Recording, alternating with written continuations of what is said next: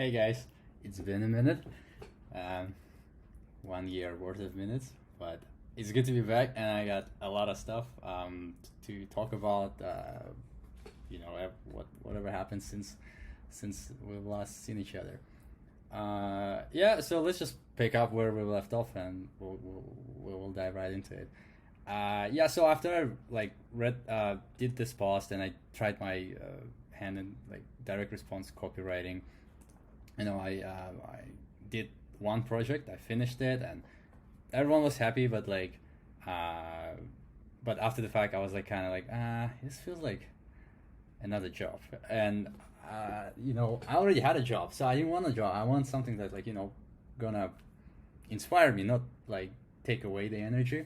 So it was by the way still a good business, and I strongly I mean, if I ever need a job, this might be like a good space I could come back to. But right now, just because I'm looking for something like different, that's not the right timing for it. So yeah, I was kind of looking. I kind of went for the whole soul searching at the end of the last year, and it's funny because if you remember, like when I was doing this project, my first draft for the client that I spent like 2 months working on was like I wrote it in a way of a fiction story. Like I wrote a sales letter as like in the format of a fiction story, and it was terrible for the sales letter because it's not gonna sell anything, and I had to like rewrite and like do twice more work. I was so mad at myself, like why did I do this? Nobody does it, but I decided to do it. But funny thing, after I everything was done, and I was done with the job and all that stuff, I was just sitting there and I was just like, what should I do? Like, because copywriting doesn't seem to be the thing that I was looking for. And I was talking to my brother. It was a dinner, just regular dinner, and we just talked. And I was like, yeah, it's like we just talking about like what I used to like as a kid and all that stuff. And somehow it popped up as like, why did I write a fiction story in the first place? Like, I didn't have to do that. I could just follow the formula and write a normal sales letter. But why I decided to go out of my way and write a fiction story, all right? And then we remembered, like as a kid, I don't remember how old I was, but I just learned how to write. Like I could barely write, but I took a notepad and I wrote like some story. I still remember like a premise, maybe for some other day, but I wrote it, and we just kind of, hey, maybe I should try writing fiction. Why not? And we're like, yeah, that sounds cool. Let's try that. And so, but the tough part is that I like not only never really read anything, but I haven't even read one fiction book in English, and I've read maybe like 5 or 7 books in my language when I was like in high school. So, but what's cool about it is that I'm basically starting like ground zero. Okay, um, so what did I do? Well, I did what I would usually do when I started something new. I would just go on Google and like start like how to write a book, advice of successful authors, and like what makes a great story, all that stuff. And I pulled out all these titans, like Stephen King, Andrew Stanton. It's a Pixar guy. They talk about why they write, how they write, what's feeling critical. Like what does the character want, what does the character need. Conflict, arcs, dramatization. All this stuff. It gets technical, like anatomy of a scene, right? Like goal, obstacle, change. So all this theory, right? So I went on and I compiled this document, I read, and I was like, okay, yeah, that doesn't sound too hard. That sounds doable. And I was like, okay, I need to see this in practice. So I went to New York Times bestsellers list, and I picked young adult because the only book I knew is like Harry Potter. That's like because it's super popular, and it was young adult. So I was like, let's check young adult and see where it takes me.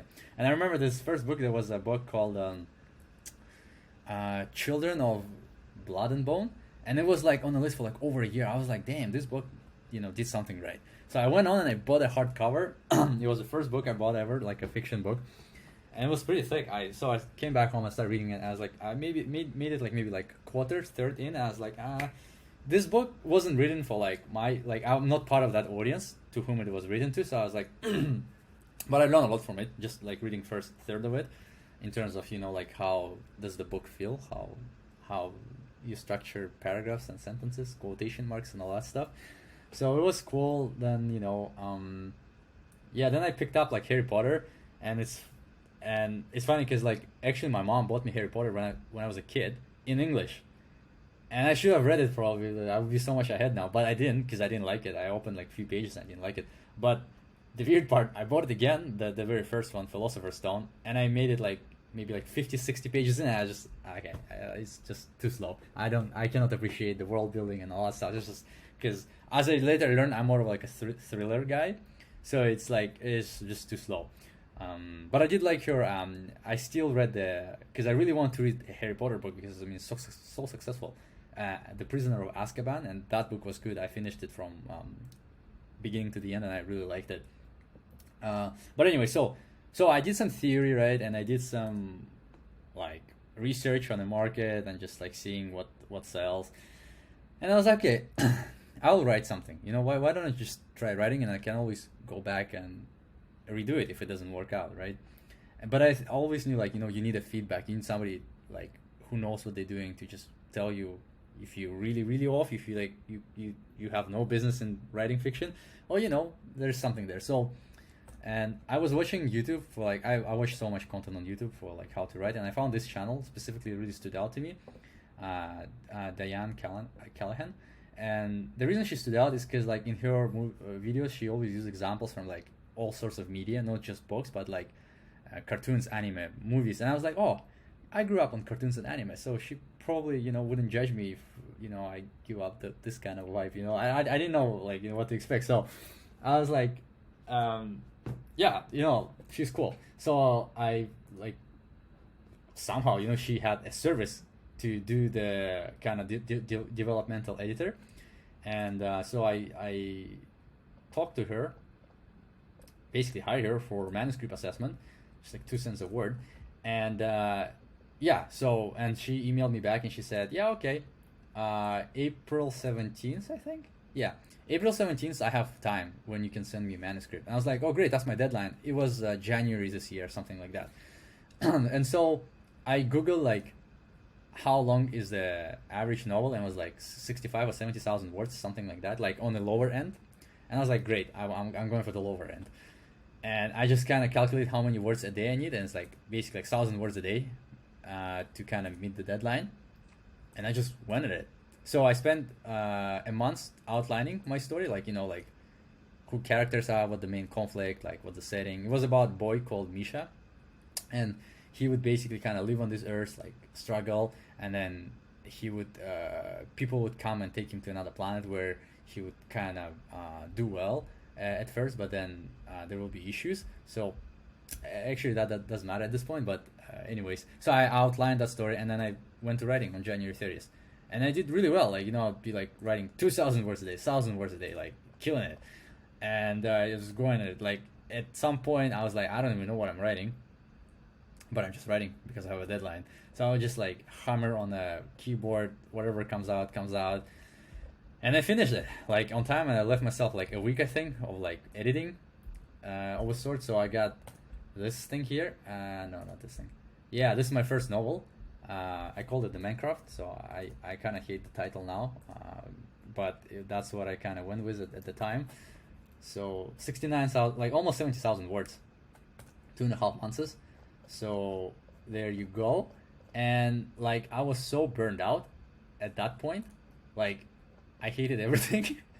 I was like, why did I get myself into this? Or like, what is going on? Like, this is not inspiring. This is draining. But the hope was still there, the big dreams, and I was like, okay, you know what, this is all gonna be worth it. So a month rolls by, because that's how long it takes for the editor to come back to you, and I was just reading during that month. Couldn't write anything anymore because I completely got exhausted. Oh yeah, by the way, I forgot to mention, like, so when I kind of start writing, this is basically like a standard business model, I would say, for authors, historically speaking. You just write a novel, and then you get an agent, and then that agent gets you a publisher, and then that publisher sells it to like market, and then you kind of hope for the best, that the novel will do well. So that was kind of my plan. That's what's called traditional publishing. Yeah. So I wrote this, and then this just came back a month later, and this is how editorial letter works looks like. It's cost me about $1,400 for the whole thing, and it's basically a 14-page letter, kind of talking about general impressions, your strengths, areas of improvement, like plot structure, yada yada. Like this was my favorite because I didn't know anything about like markets and like how to market the book or like what genres are there. Like I knew fantasy, sci-fi, but nothing like that. And some of the cool things is like when you try to sell your book to an agent, you tell them like what's your comparable item titles are. It helps them to understand where the book belongs on the shelf. And she kind of gave me like cool examples that I could also read to see like what books I kind of sound like. I'm kind of sound like those books.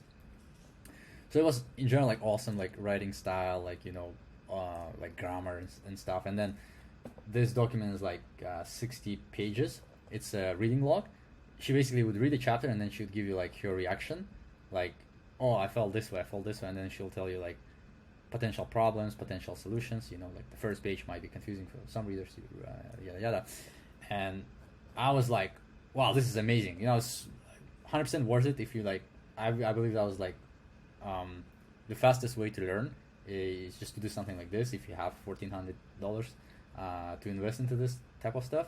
But after basically receiving these two things, like I kind of realized like two things. One is like I was completely unreasonable in my expectations because I felt like, okay, you write a book for like 3 months, and then you edit it maybe for like a month once, and then you sell it. Okay, after reading that feedback, I realized one, all right, I have some predisposition for this stuff, certainly, but two, for that novel to become anywhere near marketable, like I'd have to put at least another like 6 months of like all full-time work, and I was like, damn, this is hard, man. I'm already like done, like so tired after like writing my draft 0 basically. And I was like, oh, what's the point? But I've been already kind of doing it, and I was like, all right, let's just try to rewrite it, right? Let's just be patient. After all, as I learned, like J.K. Rowling spent 5-6 years to write her first Harry Potter book. So I was like, you know what? I'll give myself time and I'll just rewrite it. And that was my plan. So I start rewriting in parallel because I realized that like my technical like skills wise, I was like too weak. So I had to come up with a system how I can like get my skills in order. And I researched it and I came up with this thing here. It's like kind of I took some idea from it's called Power List. I learned from a podcast called MF CEO, which is awesome business podcast. I used to listen to him like all the time, and it's like do 5 things a day. That's like will progress you, and it's like you can do that stuff like every day, okay, like for the next 10 years. Not too hard so that you don't burn out after 1 month, 2 months, 3 months, 1 year, and not too little so that you don't feel like you're not going anywhere. Just like the trick is to find that perfect spot. And I would change times a million times at this point, but this is where I'm at right now. And I kind of have like 3 items really here, but I'll explain what eco is. I'll just do that for like 15 minutes and then I would write for 45 minutes. I would either read or critique somebody's work for 15 minutes, and sometimes when I write I do outlining. So when I do outlining I don't really write. So if I've done 45 minutes of outlining, I would do a prompt writing. So I'll just get a prompt from internet. I'll just come up with my own prompt and I would write for 15 minutes and I would edit it for 15 minutes. And I would do that like every day, 6 days a week. And I think I started it from June, like not that long ago, not that long ago, but I can tell stuff I write right now and I read it. And when I go back and read my first stuff that I wrote, it's like 2 different people. So I can definitely attest, like it's been working for me. Just doing these small things every day, it kind of adds up.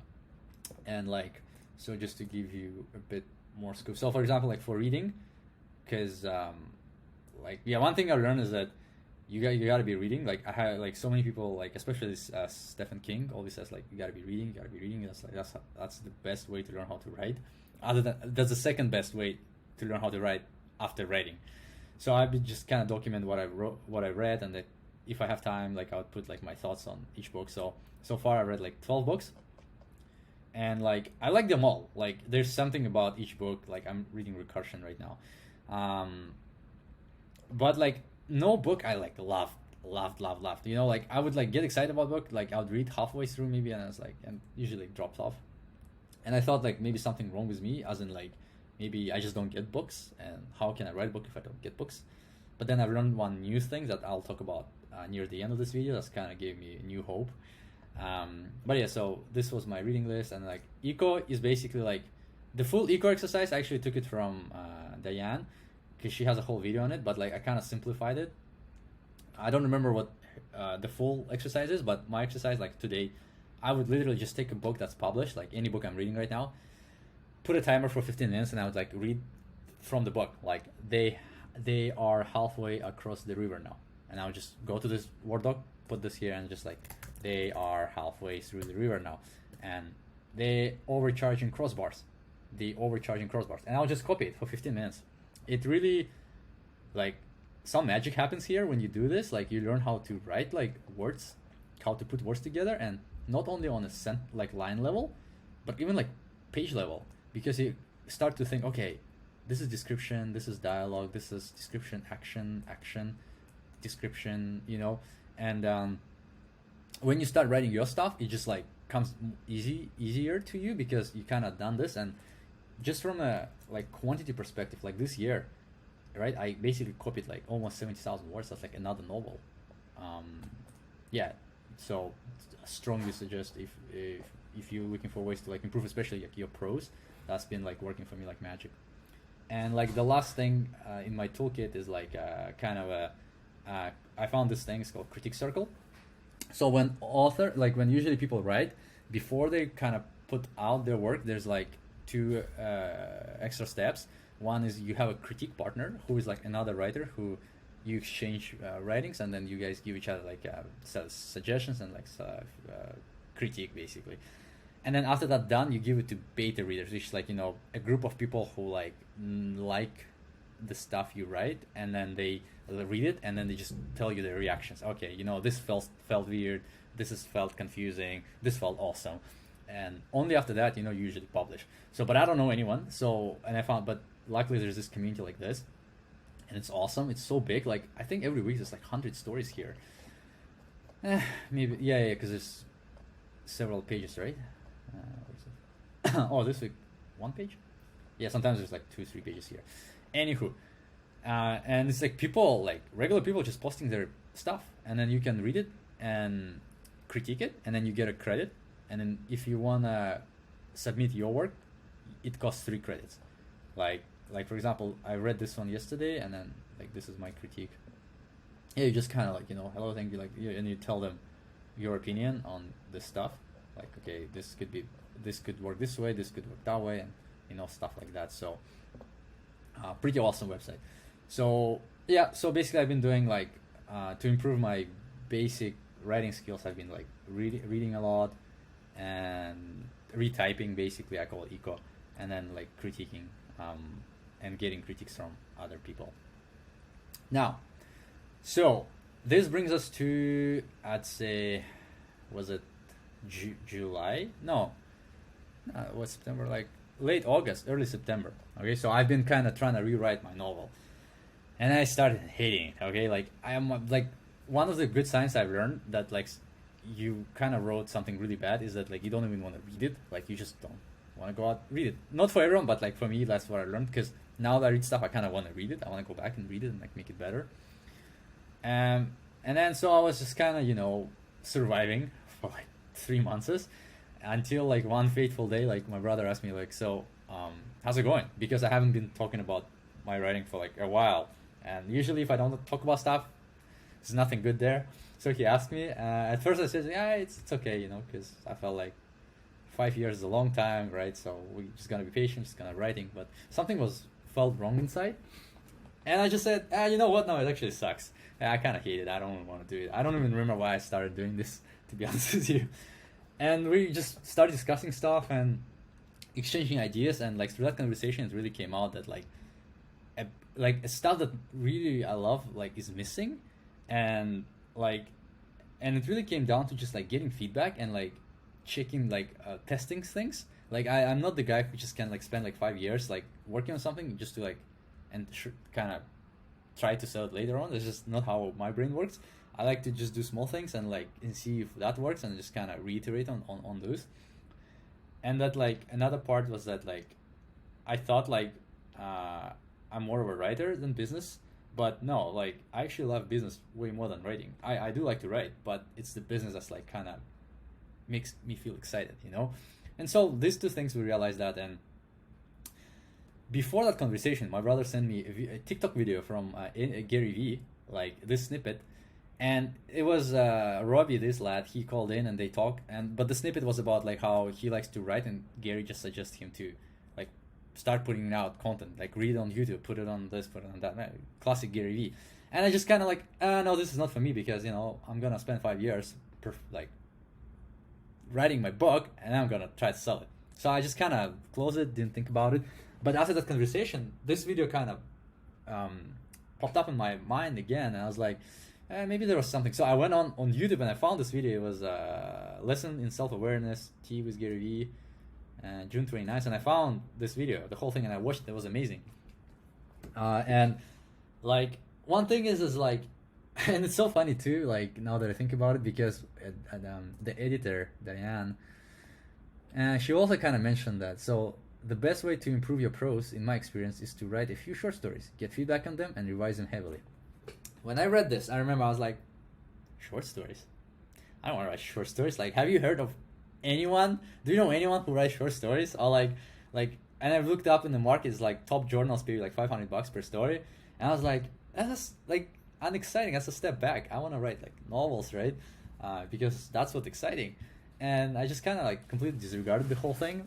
But then when I had that conversation with my brother at the dinner, and then like this Gary Vee video, I was like, oh, okay, you know what? Maybe, you know, I should just put something out. But I cannot put out this monstrosity, because it's like, even I don't want to read it, okay? But so I was like, short story. I should write a short story. You know, everyone was right all along. So, but then I also start looking at stuff like, just like in general, like business ideas, because you know, like this whole idea of like putting out small content, just getting feedback and then reiterating on them, right? And I kind of realized maybe I've been thinking too much as a writer, like artist, rather than a businessman. But I like the business part. That's what actually makes me feel like thrilled.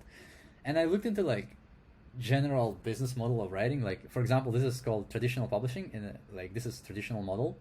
Like there would be author here, then author hires agent, agent sells to publisher, publisher sells to distributor, distributor sells to a bunch of wholesalers, wholesaler sells to retail, retail sells to customers. So there's like 5-6 steps here. And I was like, okay, interesting. And then I kind of just, because I work, like my work has to do with a lot with direct to consumer brands, and I realized, hey, wait, like there's so many self-published people right now, like because of the internet, right? Like so many authors can just put out stuff and connect directly with the reader. And I obviously see it in a consumer space, because you know, before you have to go through like Walmart's and JCPenney's and stuff, but now there's so many direct to consumer, like so many brands, like, you know, Dollar Shave Club, Warburg Parker, right? I hope I pronounced it right. The watch company, the Casper mattresses, like all this stuff. They basically also had to deal with this in the past, but now because of the internet, it's like direct, right, from manufacturer direct to consumer. And so that's really got my like brain kind of working, and I was just getting excited. Like finally, I was like getting excited. That was the most important part for me. Like nothing was happening, but I was like, okay, there's something going on here. And then like I feel like really when it happened is when I found this here. And the funny part about like my brain is that like I need this unrealistic, like almost laughable goal, but only with that goal I could just like get myself to do anything and like truly enjoy the process.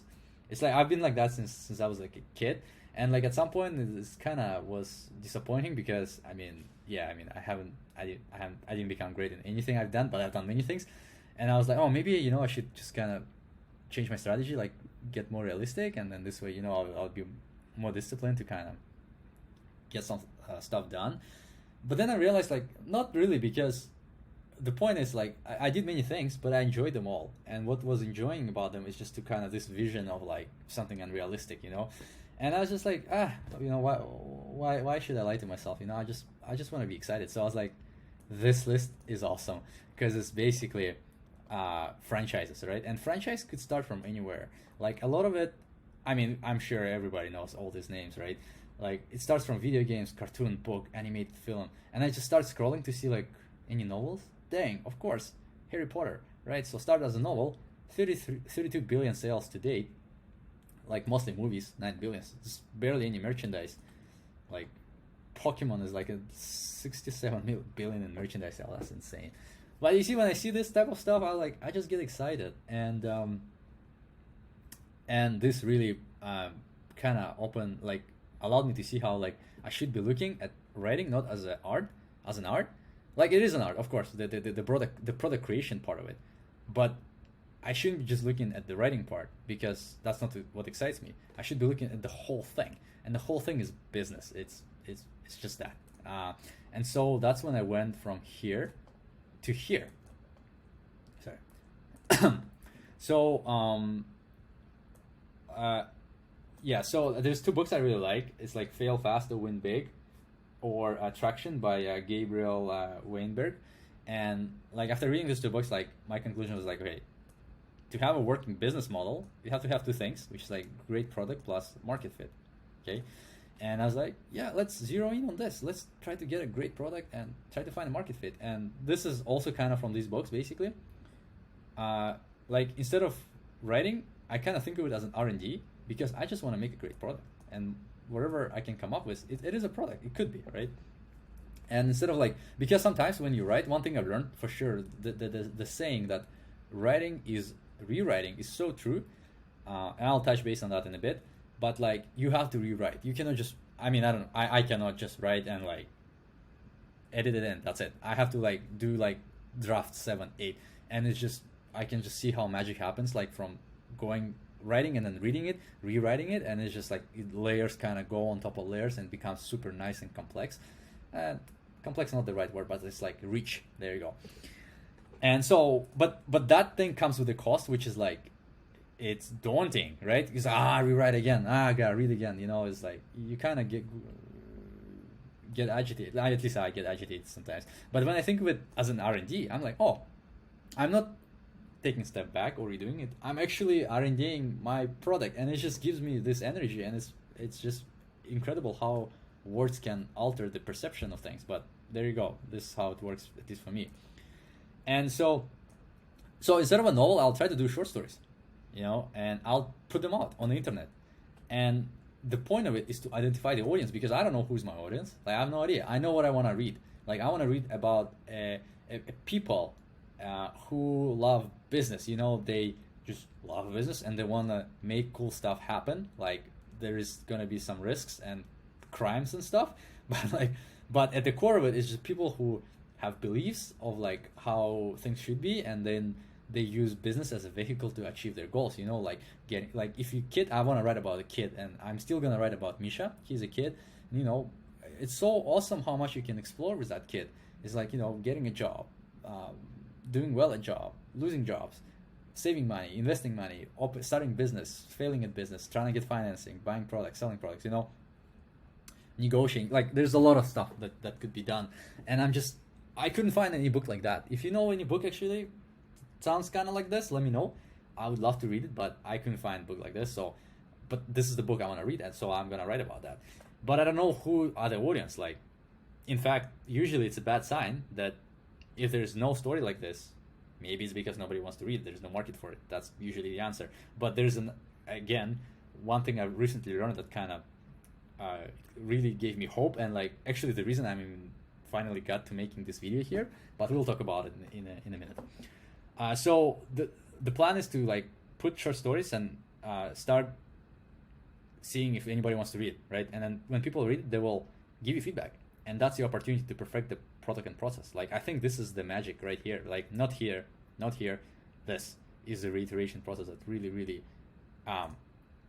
the way to make a great product. Because even if your first minimal viable product, right, your prototype is so bad, if you have one person who loved it and then they help you make it better, you are in the game.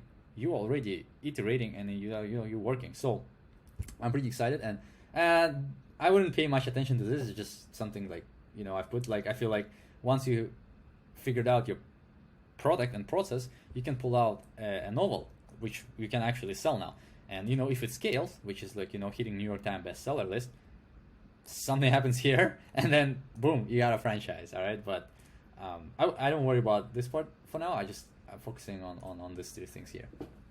So where were we?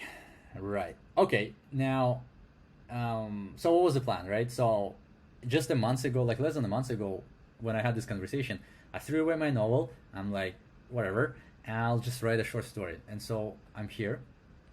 I'm on draft 8 right now, and the draft is like 4,500 words. It might be bigger, might be smaller, because I'm not done yet. I think it's at least one more draft.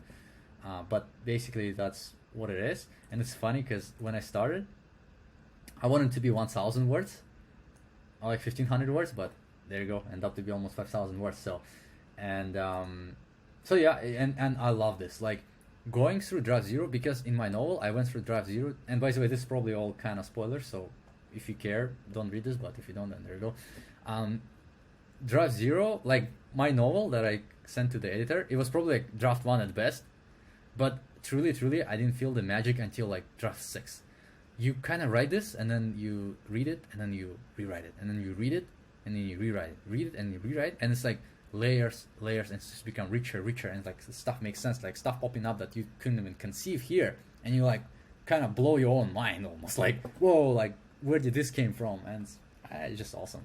So stuff been pretty good last month, I would say. Nothing happened, but I mean, I'm not dreading, and I'm looking forward to writing. Every time I sit down, I write almost every day, and like I don't see it as a work at all. I just enjoy it, and looking forward to like finally like getting some feedback, hopefully. But then that brings us to today, this morning. And this morning, because I'm almost done with the story and I've been writing like crazy, I thought, okay, maybe I won't start the day with the writing. Maybe I'll just leave it, because I want to let the story sit a little bit.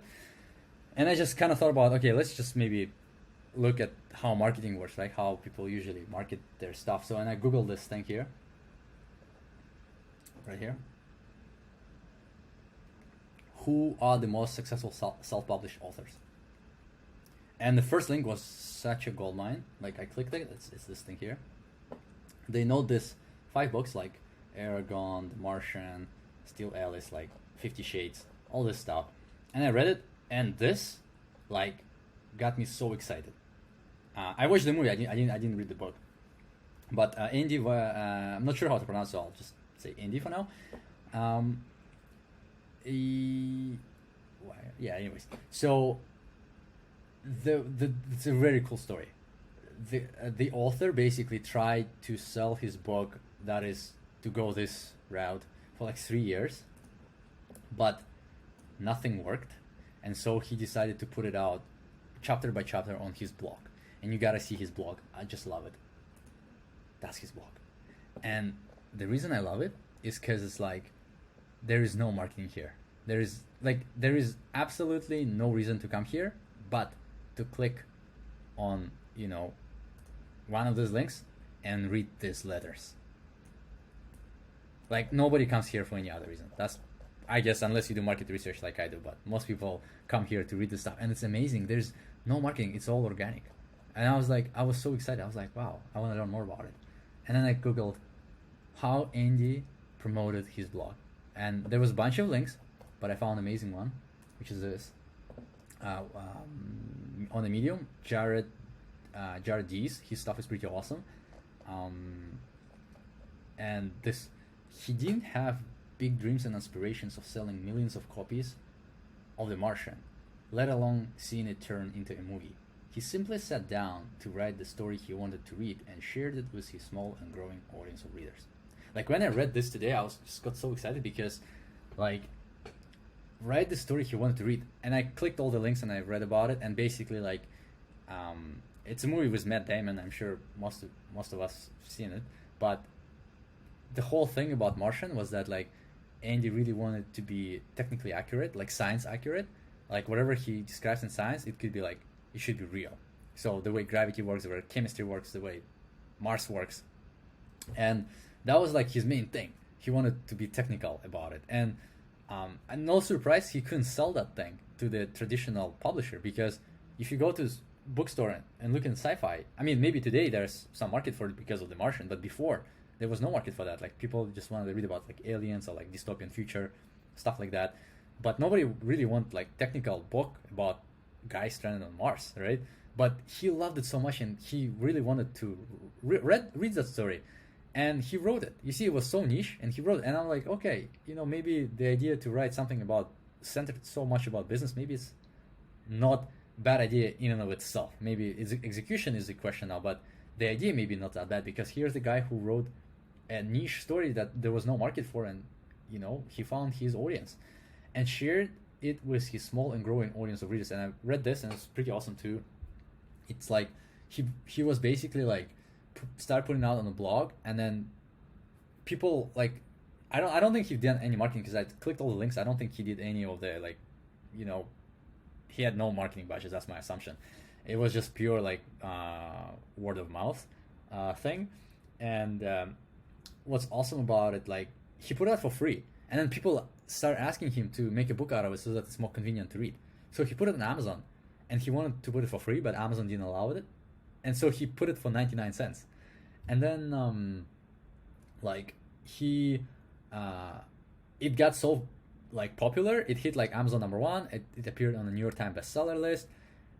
The agents, he was trying to find an agent for like 3 years, but then the agent called him. Some agent called him, hey, you need an agent? He said, yeah. And then he got published, and then the same week, I think, he sold the movie rights too. So like, it was a pretty incredible story. But what really excites me is that, like, write a story you want to read, even if it's like doesn't have mass market appeal, because I feel like, because I read mass market appeal books and I just don't really love them that much. That's why I don't want to write a mass market appeal book, like, because I cannot even write it, like, even if I try, because that's what I guess tried with my first novel. I don't even want to read it. But like, when I write these short stories about like very, very niche things, like, I'm having so much fun, and it's like, okay, but there is no market for it. So that's kind of been on my mind, but this really helped me to get over it. And then with a small and growing audience of readers, that's like really, really reiterated the idea of like, I need to be putting out stuff and like getting feedback and start finding people who want to read stuff that I want to read. Yeah, and I think that's it really. Like, that's what I've been up to since I finished this, and then I'm kind of here now, and like, what's next is just, I guess I'm just gonna finish the short story. I'm gonna put it, I want to get some feedback on Critique Circle here, and they only accept every Wednesday. I missed this Wednesday, so I really hope I make it to the next Wednesday. And it takes a week to get feedback, and then after that it will probably take me another week to incorporate all that feedback, and hopefully the story will be ready by end of October. Pretty excited about it. I'm gonna put it like everywhere, like Wattpad, Reddit, Medium, and I'm pretty excited to read it on YouTube, because this is something Gary mentioned. And what's funny, I was trying to find stuff like reading a book out loud. I saw some children books, like people would read children books for kids, and then like I found one girl, she reads like others people scary stories, but I haven't found like any authors or like writers reading their stuff at all. So nobody does it. Again, usually that's a bad sign, it means it doesn't work. But I just have this like feeling about like voice in general, because I don't know, like when I consume YouTube, I barely watch it, like very, very rarely. Usually I'm like doing something like cooking, cleaning, or whatever, and I just put YouTube and it just kind of plays. And I just feel like I'm not the only one, and like voice, like, podcasts are kind of being so popular lately. I think there's something about voice, so I'm pretty excited just to see if it works at all. But yeah, that's the update, and I think that's it for now. And yeah, I'll see you next time when my first story is ready. All right, cheers.